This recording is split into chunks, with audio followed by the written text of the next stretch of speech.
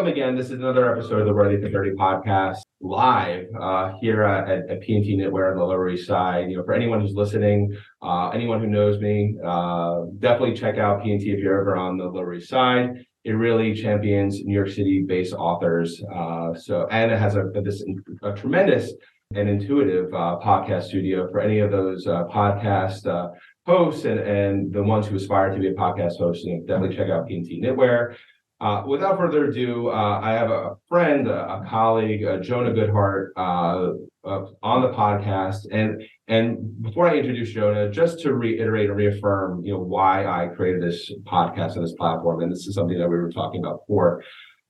Over my career, throughout life, I've had these experiences and these interactions with tremendous and remarkable people, and I want to say this lightly, tremendous and remarkable people, not because of their professional accomplishments and ambitions, but who they are as a person. How are they espouse this concept of doing good while doing well? How are these leaders, industry leaders, again, thinking industry agnostic, leaders who are able to unlock deeper meaning in what they do on a day-to-day basis because they're so able to articulate their core fundamental values, and these core fundamental values pervade anything that they do, and it's consistent. If you point at a person, you can I can more or less determine, okay, these are their attributes or their values, what they cherish, what they hold dear to them. So, as I mentioned, Jonah Goodhart, friend, colleague. Jonah was the founder of MOAT, which is a viewability and ad analytics platform that was bought by Oracle. Was 6 years ago?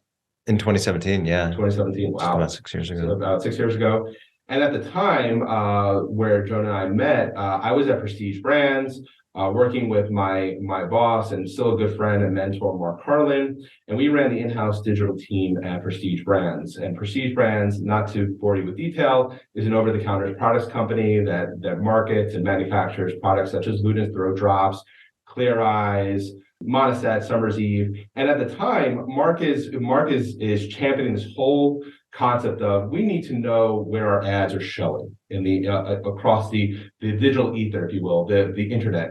It's this nebulous concept of, I know we're spending money and we're getting our brand communication out there, but do we really know that it's being seen, it's being viewed, viewability? What are our consumers doing? And Mark said, hey, we need to bring in this technology called MOAT through a friend of mine. Mark's also a Cornell grad, as Jonah. I know this guy, Jordan. I'm going to talk to him. We're going to talk to him. We're going to go to New York City. And we made the pitch. And our boss, Albert, was talk about a guy who's very number focused. He's like, you're telling me that we could hold our advertising partners and agencies' feet to the fire based on the data that MOAT's providing us. And we could, really dictate the terms of these agreements and really say, okay, if our ads are viewed, meaning above the fold on a page, we can ask for rebates and other incentives to keep us advertising because, again, the data that MOAT is showing is objective.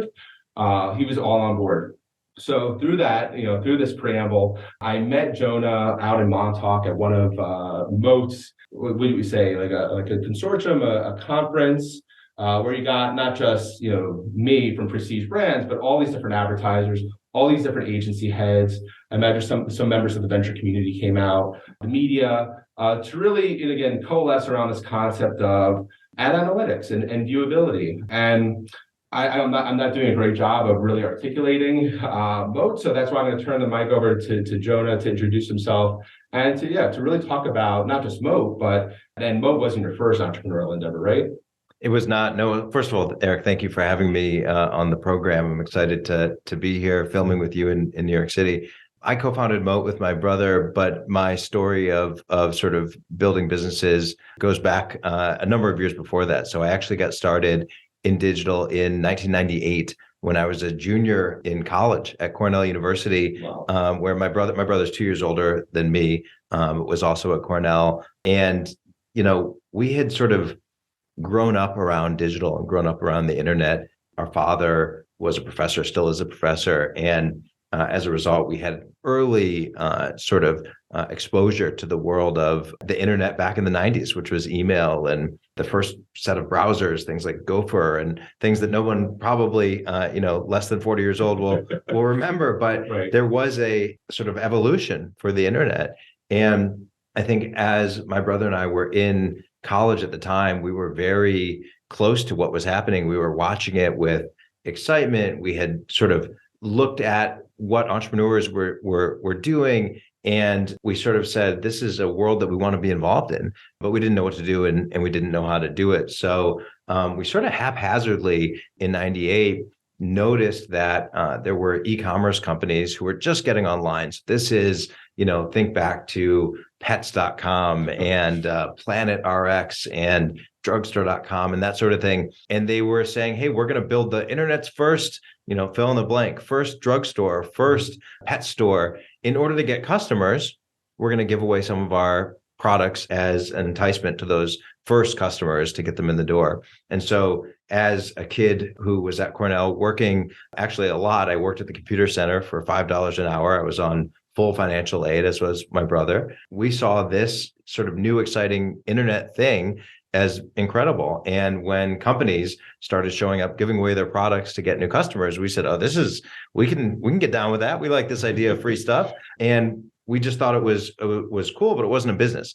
And so sort of around the same time, we started noticing there were actually companies that were building email lists, content lists, and they were getting valued based on how many email addresses they had in their newsletters, as an example. And so there's companies like Free Shop and Net Creations were public companies, $1 billion plus public companies. And we looked at that and we were like, wow, this is the future. So digital assets, these folks are being valued based on these digital assets. There's something really cool and special about that. And so we started building email lists, literally started writing content, coming up with lists of the best deals and offers and asking our friends to subscribe to them for free and sending out the emails. And it was really only sort of randomly that became a business, that one of the companies that we promoted in one of our emails called us and said, hey, we notice you've been sending our emails. We'll pay you for every customer you refer to us. And you just have to add this code at the end of your link. And all of a sudden, it went from this really fun, cool thing that we were sort of in awe of to, hold on a second, this is actually a business. Somebody's making money off of this. And there might be a way that we can build something here. And that was really the beginning of our first business, which was getting paid by brands to send them customers. And so that eventually evolved. And the thing about the internet that I think everyone knows, but we don't always pause to think about, which is that it's an evolution. It wasn't designed. It wasn't like somebody sat out, the New York City streets were somewhat pretty clearly designed. They said it's going to be a grid. It's going to work in this way. Right. The internet's not really like that. It evolved. It changed over time. And every time something new happens, we have to react to that and figure out, all right, how is this gonna change the concept of what we think of as the internet? And so as a young 20-year-old kid, I saw this and thought, wow, this is a super interesting, fun area. And now we were making some money because these companies were paying us to promote them. One thing led to another. We met a salesperson at DoubleClick who ended up being the top salesperson at DoubleClick. He ended up leaving DoubleClick in 2001 when bubble had burst, and all of a sudden it wasn't cool to be in a big internet company anymore. And he said, there is something of real value though in this internet world, and there's an opportunity. And this person's name was Mike Walrath, and he called me and said, hey, you and I have been having a conversation about sort of the evolution of the internet, what works, what doesn't, how people are getting customers, how they're doing media buying, how the world of magazines and so-called traditional media is being translated into digital. And he said, I think there's a business here. I think there's a way to more efficiently and effectively facilitate digital advertising. And what he ultimately created, which I was thrilled to become the first investor in, and my brother and I served on the board of, was the first scaled ad exchange called Right Media. So Mike launched this in 2002. He would go on to sell the company in 2007. So at this point, my brother and I have our business that we had created, promoting brands, we now got into doing our own media buying. We now partnered with Mike, and we were sort of getting going. And it was at that point, right around when he sold the company in 2007, that we said, we sort of paused. And my brother and I have tried to do this throughout our, I guess, almost 25-year career at this point, is we've tried to pause and say, what's happening? What do we understand? What do we not understand? What are the trends that we're seeing? And we paused and we said, there's going to be a lot more innovation, a lot of companies that we can potentially be involved in, that we can support. We started doing angel investing at the time. And we also made a decision. And the decision we made was that we wanted to build more companies in this space. And so a couple of years later, we would go on to launch MOAT, which, as you pointed out, was a measurement company, although it didn't, I don't know if you know the original story of MOAT, it didn't actually start out that way. It was more like trying to tell brands how to create ads and to storytell, right? It was a creative marketplace. Right. It was conceptually this idea that the internet, going back to what is the internet about, the internet means that we can be anywhere.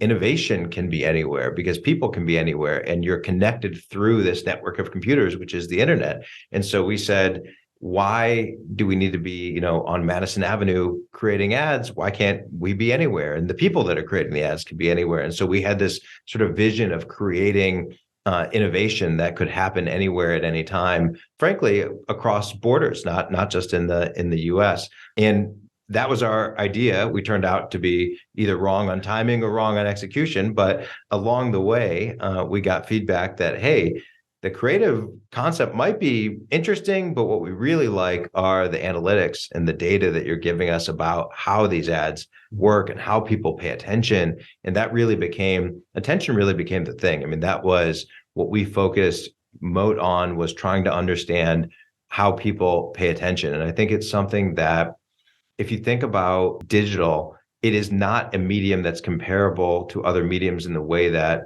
TV versus radio versus et cetera, because, and this is really critical, we do everything in digital. In other words, it's not an entertainment medium or a work medium or a communications medium or a financial medium. It's all of those things, right? And so we live our lives in a digital way. And as a result, it really is just a representation of us. And so one of the things that makes advertising challenging and marketing challenging is that your mindset is not consistent with just the medium that you're in. So if I'm at the movies and I'm watching a trailer, I'm watching a commercial, you have some sense of what mindset maybe I'm at a movie. So I'm kind of leisurely hanging out. I'm looking to be entertained. You get a vibe maybe for what the audience is thinking.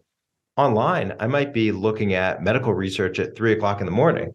That's a very different mindset than if I'm watching a funny video at 3:00 in the afternoon. Right. And so mindset is something that's really hard to make sense of in the world of digital. And so trying to understand things like mindset and context and attention are all parts of a very complicated but critical world, right? Why is it critical? Because most of us spend a lot of time on our devices. No, I was gonna say, like, and my mobile phone, I'm guilty. We're all guilty, right? And it's hard not to be, frankly, at this point. I mean, the most of transactions, the way that we pay bills, the way that we get on an airplane, the way that we do most things is becoming digitally powered. And so we live in that world. And so thinking about, all right, how do you storytell if you're a marketer in that world? How do you measure that?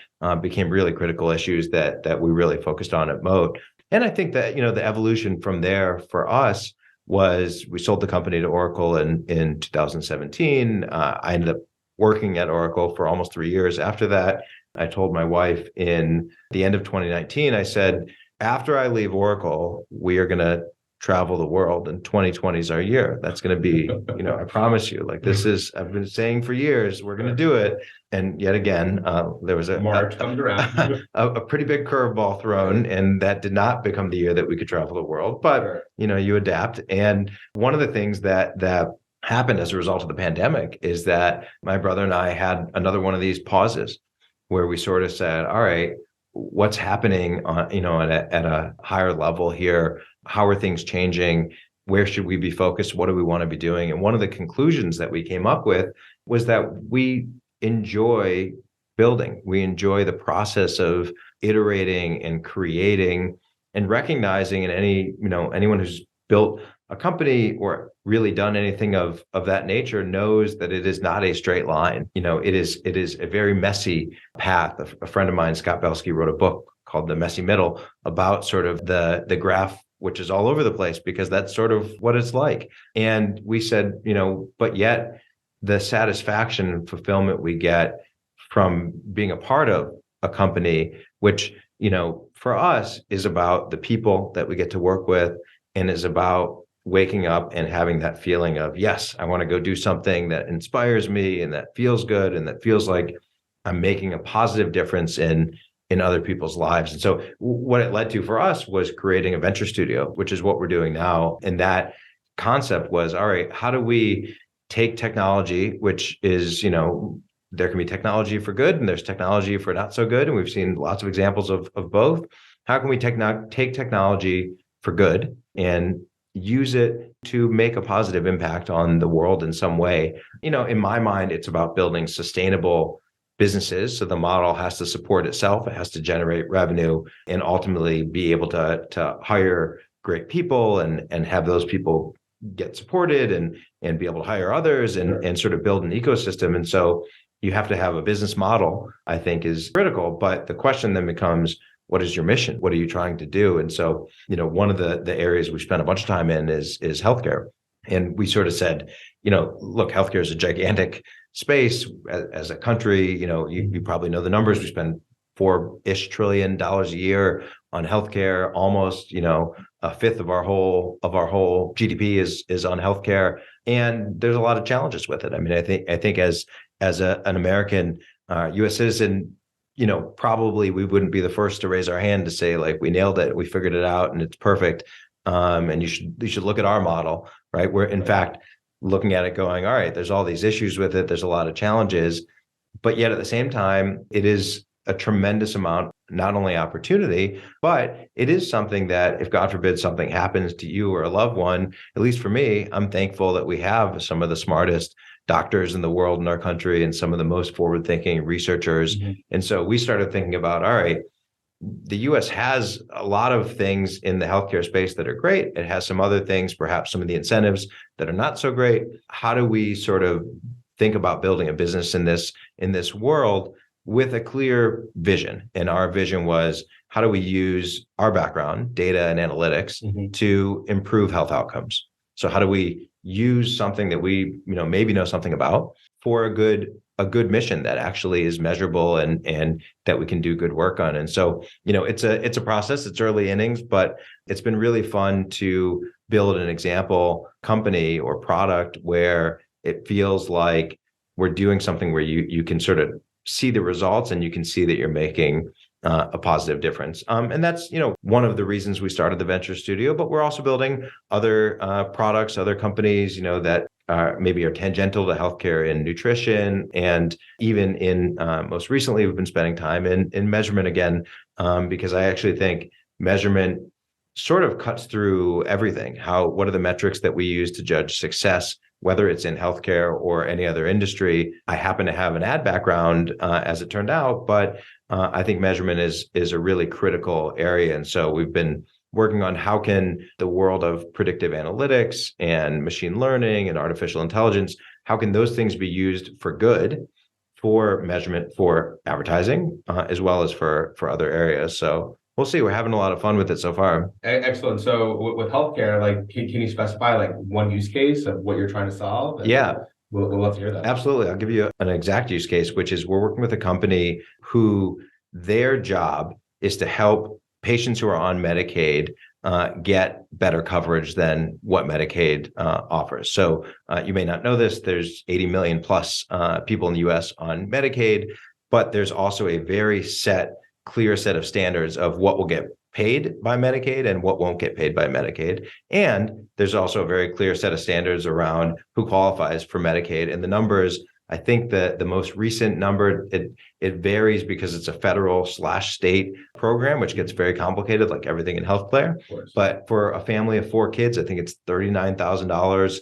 You have to make less than $39,000, which is not a ton. So you might make $40,000. You don't qualify for Medicaid, as an example. But what this company does is they go in to hospitals and they help hospitals get patients onto coverage that is funded by a state program. So the patient, there's no additional cost to the patient, but the patient gets better coverage than what they had walking in. And so if someone comes into the hospital, maybe they're on Medicaid currently, and they have children, they might qualify for something called CHIP, CHIP, which was a Obama era bill, which allows children to get certain types of health coverage when they don't have it. And so we met this company at a healthcare conference, and they said, what our job is to help get no cost to the patient coverage when they don't have it at the time when they need it the most. And we said, that's pretty cool. That's pretty powerful. How can we help? And they said, well, we have data, but it's not super optimized. We have, tons of different hospitals that we're working with, and we're trying to figure out how do we help them make smarter decisions about which patients qualify for which programs, but we don't know exactly where to start. And the way we're doing it, we know is okay, but maybe suboptimal. And so we said, well, can we, this was the idea, can we, without taking private health information, because we didn't want to get PHI because it takes you down a whole different sort of regulatory path, without getting PHI, how can we build a predictive analytics model that propensity scores their data that they get, maybe augmented with some additional data sets, so that they can literally make better decisions about coverage? So in the end of the day, that we can look at the set of patients in a hospital and help get more of those patients covered, bottom line. And so far, it's early in our work with them, but I was just looking at some data today. It's been working. We're actually seeing that we're able to help them get more people to have health insurance with no additional cost to the patient. And so I look at that and I go, that's pretty cool. That's a good use of technology. It's a good use of data. It's, for some of the people that end up getting health insurance coverage, that they're able to then get a surgery that they wouldn't have been able to get, or they're able to get it faster than they would have been able to get. That's pretty powerful stuff. And so I think there are these examples where you go, all right, those are good uses of technology. How can we do more of that? How can we lean into that? What are other examples that we can provide for? And in that case, we're taking a background in sort of big data and analytics and not applying it to, what I think some of the typical applications might be, but are saying, how can we use it just to help people who are already qualified that may not know it, get coverage that they may not know about in a more efficient way than they may have otherwise done, and can get to hopefully a better health outcome. That's amazing. I think you've done a great job of not just articulating what you're doing, the venture studio is doing in conjunction with the startup. Again, providing a better health coverage at no cost to the patient. But what you're also articulating, Jonah, is this whole concept of doing good while doing well. Right. So was that the intention when you were talking to Noah, your brother, about, okay, we're taking a pause, and then when we're done with this pause, we're going to start this venture studio? Was that I don't want to say the thesis, but the North Star of how can we use technology for good? Yeah, it was literally the North Star. We put up our venture studio is called Montauk Labs, mtklabs.com, and we put up a really basic site, but basically it says we want to use technology for good. And we want to impact the world in a positive way. And, we found that in our career, there are businesses that you look at where you go, wow, that's really amazing. They're doing really good for people. And there's other businesses that you look at and you go, all right, it's, I don't know if it's great for people, but, it's a business, and maybe the person will make money and they'll give it away. And so maybe there's a net good story at the end of it. We said, let's build some businesses. The business itself is mission driven. The business itself is something that we can point at and say, look, this is what we did. How cool is that we're able to help people? And I think the key for us, at least, is doing it in a sustainable way. And sustainable way means having a business model that's attached to it. So somebody has to generate revenue off of it in order to make it work, but you can have those double bottom lines. You can have a scenario where it can be a business that is absolutely a business, but at the same time does good. And I think, in a world where the level of challenges that we have, like I talked about, 80 million plus people on Medicaid, we have some real issues there. And so I look at that and I say, cool, that's opportunity. That's an opportunity to improve things for people. And absolutely, there's a lot of money in the space. And so if we can make it more efficient and save people money, then for sure, there's a way to make our business sustainable so that we can hire the people that we need to support this effort. But yeah, it's exciting to work on something that feels like there's a really clear mission at the end of the day. And so it was definitely something that we sat down and said, let's make this focused on the things that we want to talk to our parents about and that we feel proud of and that Sure. and that we want to be able to point to. Excellent. So, continue with that thought. It's just you and I talking right now, and eventually people are going to be listening to this conversation. Are these same conversations happening in Silicon Valley, happening up in Silicon Valley here in New York City? And if so, like, can you give some semblance of at least at a high level that you've been privy to? What are those conversations?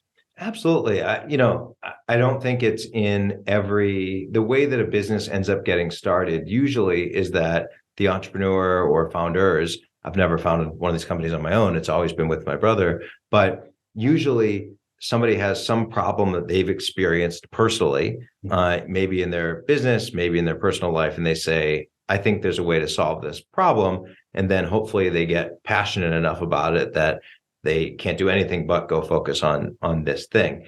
I think that there are challenges that people see and that they want to go solve that may not inherently be mission driven. But like I said before, you can build, a great company that on its face doesn't seem like it's selling some widget that feels like, all right, it's just selling some widget, that the company can be set up in a way where it's giving away a certain amount of money to not-for-profits. It can be set up in a certain way where, if the founders and the employees do well, they're giving away their money, pledging, et cetera. I think you can still have models that work for the businesses that don't feel quite as mission driven. But I also know, just from being in the healthcare space, talking to a lot of entrepreneurs in that world, most of the people that I've talked to, particularly in healthcare, have experienced something in that world that they're driven by. And so it is very mission driven. And so I think it probably by sector maybe changes a bit, but I also think there's a way,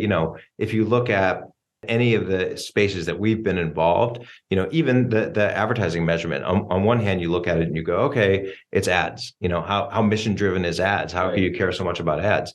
But at the same time, advertising fuels and funds content and communications. Sure. Right? How much do we pay in order to have WhatsApp?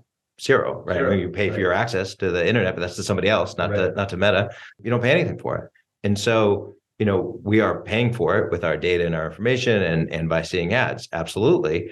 But it is also facilitating a lot of greatness that comes from having, as an example, WhatsApp. That's a great communications platform. And I think we don't always put those pieces together. We kind of just go, okay, that thing just works and that's great. And writers are always going to write great content no matter what. And they're just going to spend their days putting it up, even if there's, let's just get rid of all the ads. Well, it doesn't really, we've not figured that out as a society yet, how to do that without the ads. Mm-hmm. And I actually take, maybe it's a different view of advertising, but I think advertising is in its aspirational state, in its best days, it's storytelling, which to me is no different than anything else we do.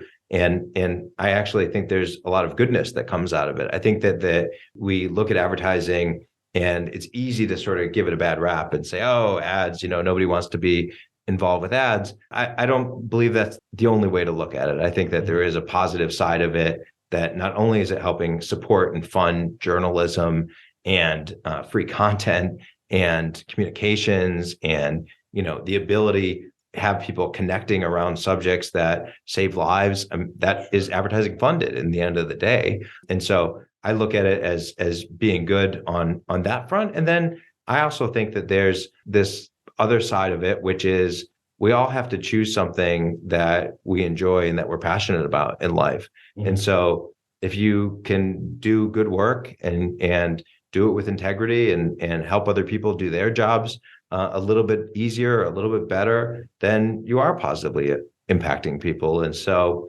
I think there's different ways to look at it, but certainly when I think about one of the things that's always a challenge is recruiting. It's certainly easier to recruit when we're talking about improving health outcomes than if we're talking about, making ads more efficient. Right. Because again, it's that mission driven. I'm part of something that's bigger than myself, something that's bigger than the collective on who's working on this. It's super interesting. A couple weeks ago, I had my friend Phil, who's the CEO and founder of Project Healthy Minds, which is trying to make it super easy for consumers like you and I, Jonah, to find mental health resources across the internet, like be the front door. I have a specific, I'm articulating my mental health issue. What is the right or corresponding resource for me to use? And what's interesting, one of the things that he pulled out was sometimes the CEOs at organizations, large or small, who are trying to make mental health of the employees as part and parcel the benefits and of the day, like in terms of we all need to take good care of our mental health. Part of that, or a portion of that reason, is it comes from a CEO personal experience, whether it's themselves or it's someone that they're close to, on why we need to prioritize mental health. And it's super interesting to hear, based on your experience with other entrepreneurs who are in the healthcare industry, there's this compulsion of we need to do X and we need to solve X because of, again, a personal connection to the issue. And being able to articulate that in a succinct and concise and effective manner, I think is huge. Just changing gears a little bit, you mentioned your passion about being an operator. You're also an angel investor, WGI. You've invested in over 100 startups. Yep. What's super interesting, as I was preparing for our conversation, is some of the characteristics or attributes you look for in an entrepreneur. Is this person going to do what it takes to move the needle on the business? Is this person going to? I love hearing this. Fly to a prospect on a moment's notice. Again, you mentioned finding something that you're passionate about, and speaking with you and some other entrepreneurs, it's very hard to shake that passion or that thought. It's like, okay, why not me? Why not us? I'm going to do whatever it takes to make this a reality, which I appreciate, because again, it rubs off on me. Beyond that, and the other reason why I'm loving this conversation is, in addition to Mark, who I mentioned earlier, you introduced me to Mike Kyriakos, who has been a tremendous mentor to me. So Mike co-founded Everyday Health, and then he co-founded Curiosity. And when I was in a low point in my career, I reached out to Jonah, and he introduced me to Mike. He's like, I was an angel investor in Curiosity.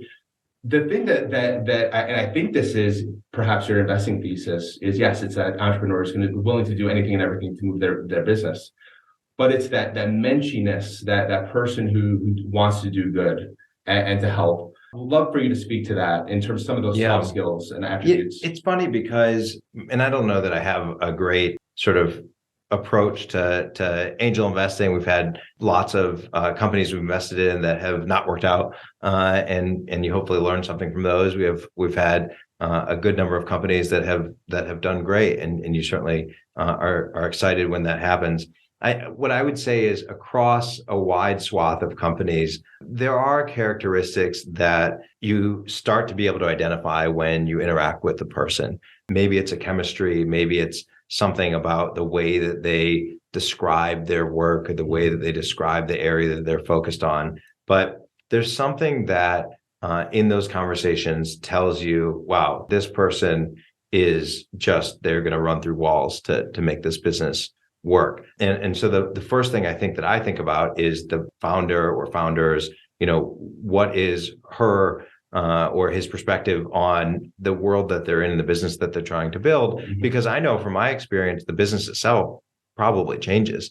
The best companies usually don't start out where they get to. Sure. And so as a result, it's really the person that you're making a bet on. And so is that person driven in a way that is, frankly, demonstrates grit? Is this someone that, you can see sort of getting hit with something that in the business world is a really negative, not fun thing? They get sued. They, have their bank account frozen. They have something bad happen, with reference to the SVB thing that happened this past couple of days. How do they deal with that? Do they remain, cool under the fire? How do they make decisions in those moments? And there's no way to know for sure. But you try to bet on people that you feel like have a level of seriousness that they're approaching it. I think that's one of the things. I would also say when I'm thinking about people in both not only sort of investing but just interacting in the business world, I really look at two other traits that I think are, soft skills that are critical. One is attention to detail. And so the folks that, if you're going to invest in a company or partner with someone, Sure. and they do the things that they said that they were going to do, or they don't do the things that they said they were going to do, that's a big difference to me. So did they pay attention to the details? Did they follow through? Secondly, I would say, what is their overall attitude? Are they positive? Are they cynical? Are they negative? There's so many ups and downs in a startup that if you don't start every day with somewhat of a positive sort of outlook, it's going to make it really hard to be successful, because you're going to have your ups and downs. You're going to have these moments where you go, why are we doing this? We're making all the wrong decisions. And then you're going to have these moments where you think you're on top of the world, where you think you just figured everything out. And then it can flip in an instant. And so, the folks that are, all right, well, how is this a good thing? What is the good part of this? What is the learning that we can take away from this? What is the benefit? What is the positive part of this, of any situation? I think those are the things that I go, okay, that's part of the formula. Being positive, be it attention to detail, having grit. And you can't test for everything. It's not something that you can say, tell me that when things go really bad, this person's going to have grit. And honestly, I've seen examples, and you said 100, probably 200 companies at this point that we've invested in. I've seen examples of entrepreneurs that, in my view, don't do well under pressure, that ultimately, and hopefully they learn something from it, but make decisions that were suboptimal for their company, for their employees, for their investors, et cetera. And so, you look at those things and you go, all right, what is the learning from that? And is that something that we can apply to the future? But I also just think there's when people are really driven for the right reasons, and that's, going back to the healthcare stuff, when you've experienced something and you're going to go fix that thing, it feels totally different. It's like, this shouldn't happen in this country with the amount of money that we spend. There should be a better way. I'm going to go do that. And I think that's where, you get this level of sort of mission and drive and ambition, and all these things come together in a really nice way. No, that's an amazing, synopsis of, what you're looking for in that fellow entrepreneur that you're investing in. What catches my speaking of attention, this would be the word of the hour, is the questions that you ask, Jonah. What do you think separates a really good? Is it the type of questions that an entrepreneur asks, which separates them from being extraordinary from just being ordinary? Like, I'd love to get your perspective. Yeah, I mean, honestly, I don't know that I don't know that there is this thing of extraordinary versus ordinary, and someone is or isn't. I mean, I know in every business that I've been involved with, there's moments where, I feel like we don't have any idea what we're doing. And there's moments where we feel like, all right, we've been there before and we know how to see this through. And so I don't think it's that, there's someone that's extraordinary and you're just trying to find that person. I think that it's about their both mentality and mindset.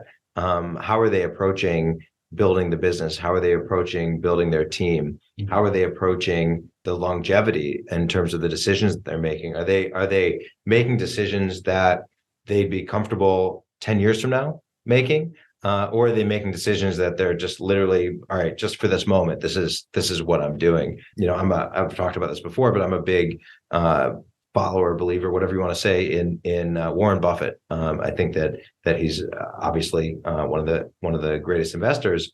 And he talks about, on the investment front, having a punch card, and says, if you had a punch card of 10 punches and those are the only investments you can ever make, treat each one of those pretty seriously, and you'd be pretty careful about something that you're gonna punch a hole in if it's only one of 10 for your life. And so I think about those types of lessons, and I think about how are entrepreneurs making decisions, and are they making decisions that, if they have really thought it through that they maybe wouldn't have made based on that same information? Or are they making decisions sort of with as much information as they could have in the moment? They make their best call and they're willing to recognize that they can make a mistake, but they can adjust their path. And so I think the other thing is, the challenge with being an entrepreneur is that you have to both have grit to fight through, but you also have to be flexible. And it's sort of those two things, being willing to sort of metaphorically punch through a wall to get where you're trying to go, but also being willing to go, I don't want to punch through this wall, I'm going to go around it, is a slightly different mentality. And so figuring out how to approach a situation, is this something where I need to just sort of head down, work it out, figure it out, work harder, push myself, push our team, and just get to the right goal? Or are we missing something? Am I misunderstanding something? Did I miss something? And is there some other approach that we need to take? And so I think that's part of the reason it's so difficult to navigate these worlds. But at the same time, I don't know that it's about someone who's extraordinary or ordinary. I think it's about someone who's willing to be self-aware and who's willing to say, I'm not great at this. I'm going to lean on, others to help me make this decision. Or honestly, I don't know what the right answer is. I'm just going to make one, but recognize that I'm going to have the ability to change it if I see the facts change on the ground. It's like super interesting. You say self-awareness, emotional intelligence, which I appreciate it. Is one of the characteristics that you espouse, that you manifest, as we talk and interact. Not every, I would imagine, not every entrepreneur that you invest in has that ability to spot, like, maybe, in hindsight, 2020, I should have done things a bit differently, right? Yeah, I mean, it's interesting. So being self-aware and saying, like, I messed that up, or, we didn't do a good job of this. It's very interesting when you have a conversation with an entrepreneur, particularly one that's raising money, as an example, about what have you not done well, or what are you not good at? And, people aren't always ready for that question, because it feels like I'm supposed to be saying we're good at everything, and we've thought about everything, and we've figured it out. And sometimes the answer is, well, we're not good at this, or we haven't figured out how to do this well, or that's actually a growth area for us. Some of the best entrepreneurs have said to me, yeah, we made a mistake with that, or, we've underinvested in that. It's not something that, it's not smart. We should be doing more. Like, the people that are self-aware, that know, oh, okay, we didn't do that well, I think are the ones that are more likely to be successful, because they can sort of analyze their situation, if you will, a little bit from the outside. They can look at it and go, all right, I wasn't very good at that part of it. I know for me, for example, I have a big list of things I'm not good at.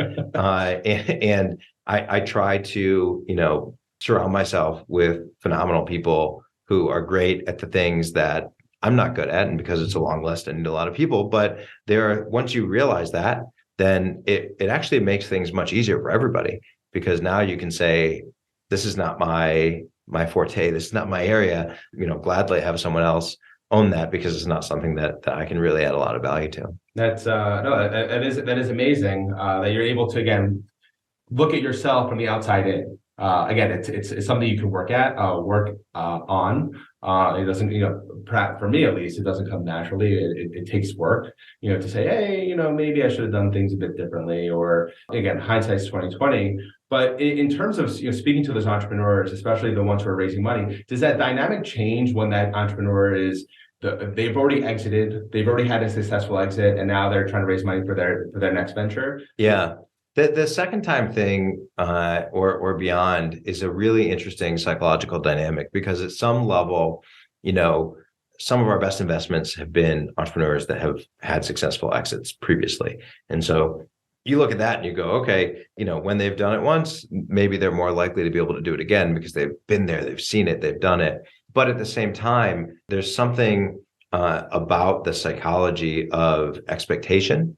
When you go to start a business and everyone in your little slice of the world knows you and is watching what you're doing and is paying attention and is analyzing or judging or saying that you're making mistakes or whatever, you have a different level of expectations of yourself as well as other people's. And so there's a balance there, where I think back to, the late 90s when we were building our first business.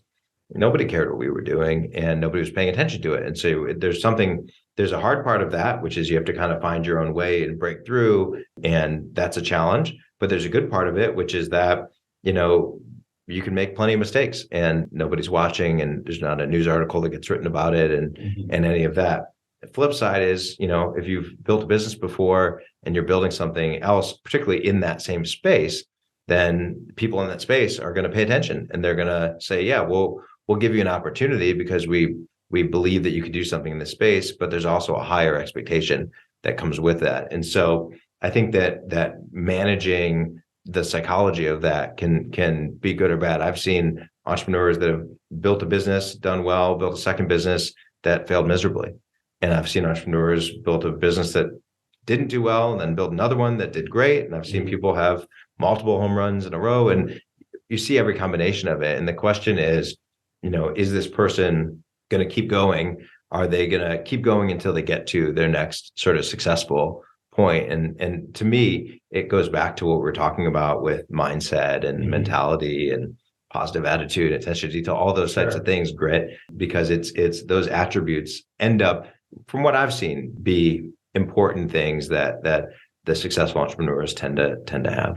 That is like a super, interesting perspective. Again, is that person who's hasn't been successful, are they going to persist? Are they going to have that tenacity to keep going and going and going? I think that's again, as I mentioned, was super interesting. Do you think some of that perspective that you have on you have this, at least it comes across, this learner's mindset of like, I started a couple of businesses, I invested in a couple of businesses, but you think that learner's mindset comes from, growing up in Ann Arbor, growing up, in your household? Like, did your parents, again, convey that sense of always be curious? I don't know if they, my parents were both, I don't know if they said it explicitly. They certainly conveyed it. My parents were both teachers. My mother was an early childhood educator. She ran nursery schools in Michigan. She would go on to become a social worker eventually. My dad was a English professor, comparative literature and philosophy. And so, both my mom and my dad were very curious people, and both of them were very open-minded and asked a lot of questions. And I think, it's funny because I have 4 children now. And so I think back to some of the things that my parents did. And I think, oh, okay, that was interesting how we learned that lesson in that case. And, am I doing that or am I not doing that with my kids? And I think the fact that both of my parents were hard workers and they were driven by their work, those were attributes that I very much so, I think tried to imitate and tried to make a part of who I would become. And I think that they both, were as teachers were out for good, if you will. They were out to help the world and are out to help the world and discover and share. Both my parents have written books and they, I think, demonstrations of a level of sort of curiosity, but also an approach to life that I think is maybe not unique to teachers. I think it is, but their approach was definitely very impactful on me. And so, I think the Midwest thing, I don't know. I do think that there's, and again, I say this with a backdrop of I'm living in New York City and raising my kids here, right? That maybe the Midwest thing there was something to it. And I think about that a lot. Is there, the approach that, I think we always have a little bit of this. It was always better in our, the way I was raised, we didn't have to worry about it. There's always something like that.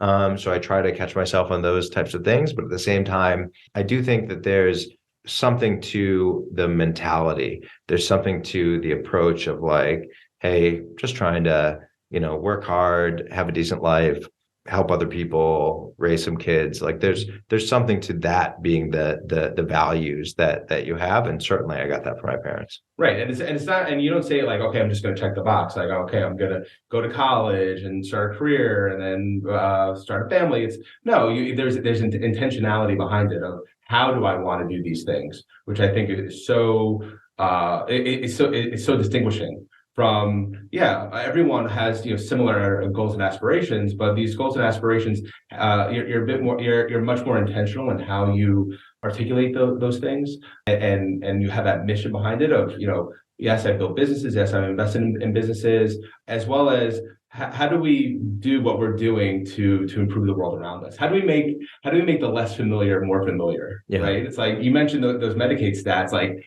do these people know, or do these people know that they have coverage? And better yet, do the people in the hospital know, and the people who are also in the hospital know that these people who need perhaps life-saving treatment and surgery have the coverage that they need?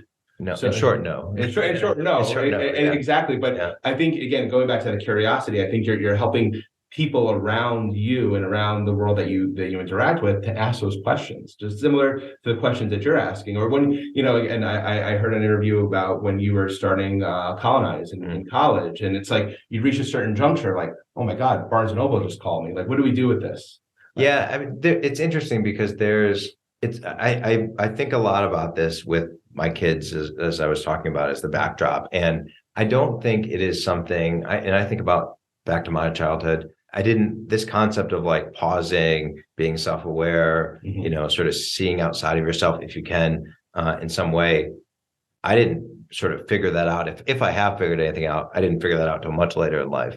And so, I know that there is, as a kid, as a 20-year-old starting those first businesses, I didn't have any of that. I was just sort of doing what I was doing. But at the same time, I had parents who had values and who thought about things in a certain way and looked at the world in a certain way and had curiosity. And so at the same time, I may have had that as an influence without knowing it, without being able to verbalize it, without sort of stepping back from it. And so, but I think about that a lot because I think, is it something that needs to be verbalized as you're growing up or as you're getting started in business, that, hey, make sure you're taking time to pause and look at things? Or is that just something that, like with a lot of things in life, it just, as you get older, you tend to do these things more often. My dad is a philosopher. And so he tends to ask a lot of questions and sort of pontificates about different ways the world works and different roads to take. And so I'm sure some of that got sort of passed down to me. But at the same time, I can also point to lots of examples in my business career where I made a decision that did not take those things into consideration and was the wrong decision. The first company you mentioned, Colonize, we got approached to sell the company before the bubble burst, and we didn't do it. So, hard to argue at that time that was the right move. Now you could flip that negative into a positive, which we eventually did, which was, had we sold it, we would have thought that was great at the time. But one, maybe that wouldn't have been the right move for us as individuals. Maybe we wouldn't have gone on to get involved with Right Media and eventually MOAT and eventually the other stuff that we've done. And so maybe our path only worked because we didn't do that one thing. And so, you don't know, which is why I always look at it and go, all right, well, what's the positive side of this? How can I think about this through a positive lens? Yeah, like what's the silver lining? And it's amazing that when what does Steve Jobs say? I love this quote. You can't connect the dots looking forward. You can only connect them on the way back. That's looking right. back. So you're looking back and like, yeah, if we sold Colonize, and we wouldn't have met Michael, and we wouldn't have invested in Right Media, and then all these things would not have happened and unfolded the way that it did. That's right. So it goes back to the emotional intelligence again of looking at that silver lining. Yeah, we missed out on the opportunity before the .com burst, but look at all the good that ensued. And you can't do anything about it at the end of the day.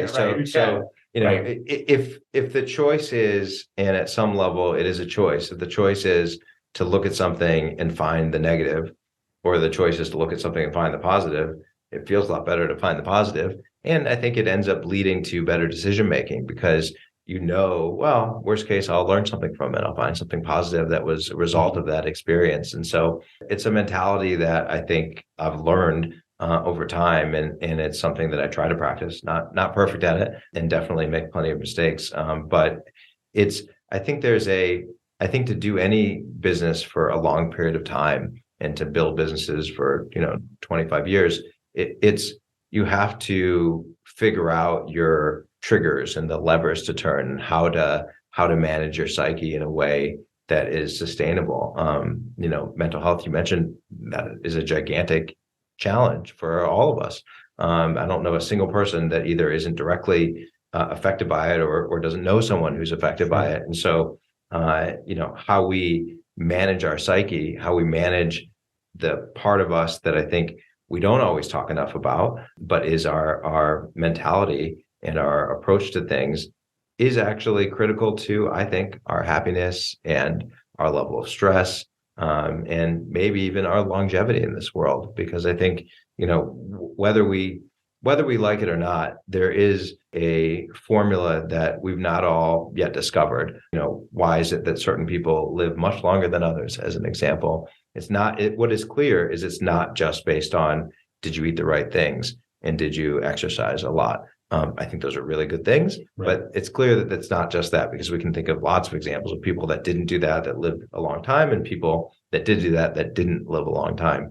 And so I personally believe that there's something else, and I think that something else has to do with happiness and stress, having as low stress as possible, or managing your stress, and having a lot of happiness, having joy.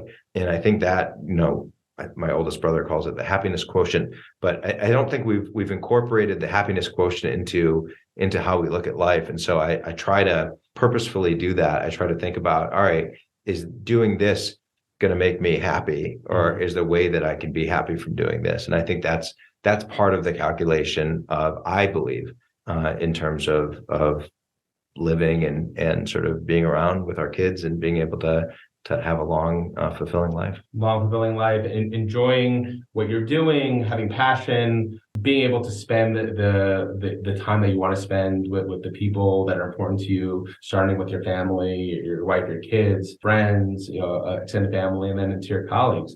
Jonah, this has been a tremendous conversation. I really do appreciate your time this afternoon, coming to the Lower East Side to P&T Knitwear. Before we end this conversation, two questions. One, you mentioned about the positivity and the happiness. Any other sort of parting wisdom? But two, for the folks who are listening, who are again trying to crack that healthcare nut, or other issues that your venture lab is trying to tackle and solve, how could they reach out to you? Sure. So reaching out to me is easy. You can email me at jonah@mtklabs.com. In terms of, parting wisdom, what I would say is, so much of this life that I don't claim to have figured out. The only thing I would say that I believe that maybe I have figured out, and I didn't figure this out on my own, but with a lot of help, is that what we're trying to solve for psychologically is not an N of everybody else. It's an N of one. It's figuring out for you, how do you get out of bad loops? How do you get to the right mindset? How do you have the positive attitude? How do you stay happy? It's not how do other people, it's managing that psyche for yourself. And I think that, perhaps more than anything else, was really helpful for me when I sort of eventually understood that if you can solve it for yourself, then you can positively impact others. And that's really the only way to I believe change the world is do good, be happy yourself, and hopefully do good for others. There you have it. Again, Jonah, thank you so much for your time, your insights, that wisdom, and for the people who are eventually going to listen. Again, Jonah is making it super easy for you to reach out to him if you have any questions, and we'll get this conversation up soon. Thanks for having me on the show, Eric.